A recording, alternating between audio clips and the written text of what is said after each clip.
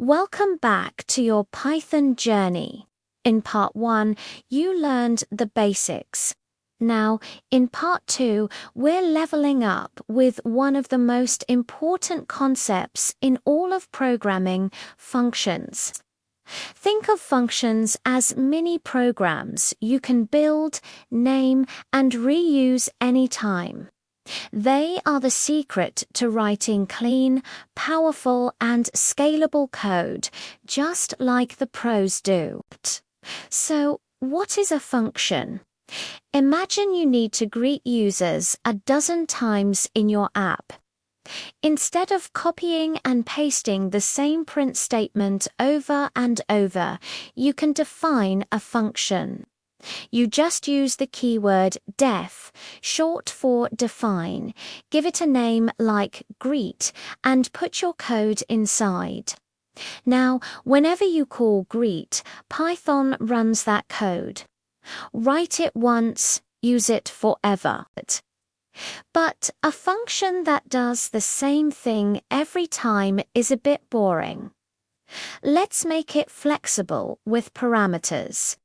We can change our greet function to accept a name. Now, when we call greet with Alice, it says, "Hello, Alice. Call it with Bob." And it says, "Hello, Bob." Parameters let your functions adapt to different inputs. Okay, but what if you need the function to give you a value back, not just print it? That's where the return statement comes in. Instead of printing the result, a function can return it. For example, an add function can take two numbers and return their sum. You can then store that result in a variable and use it anywhere else in your program. This is how calculators and spreadsheets work their magic. Sometimes you want to make your functions more user-friendly.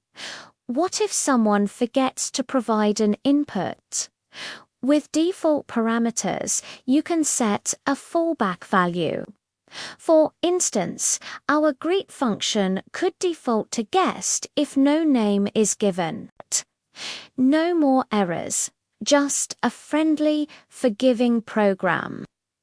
And what if you can't remember the order of the inputs?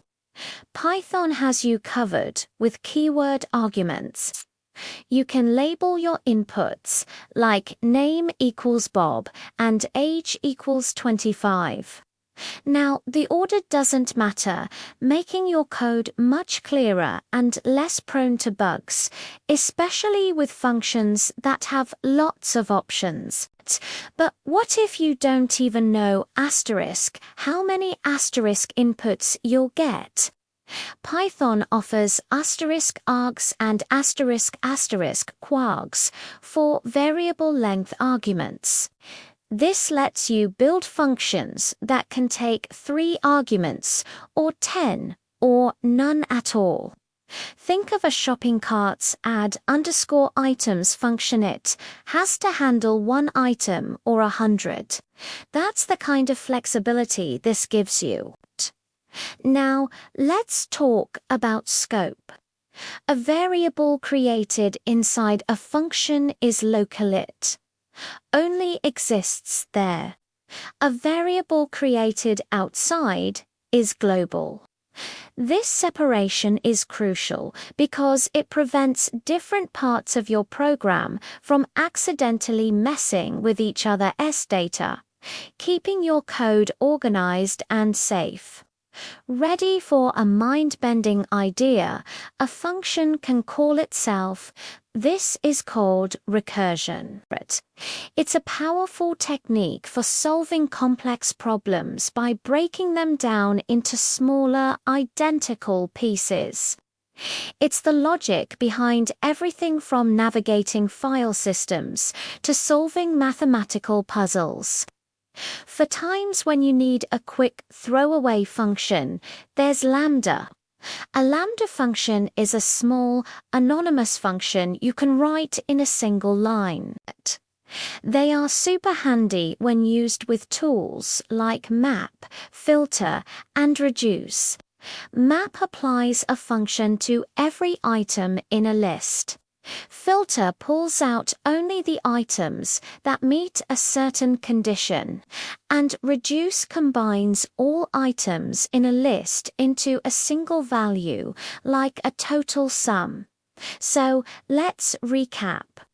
We've seen how functions make code reusable, flexible with parameters, and powerful with return values.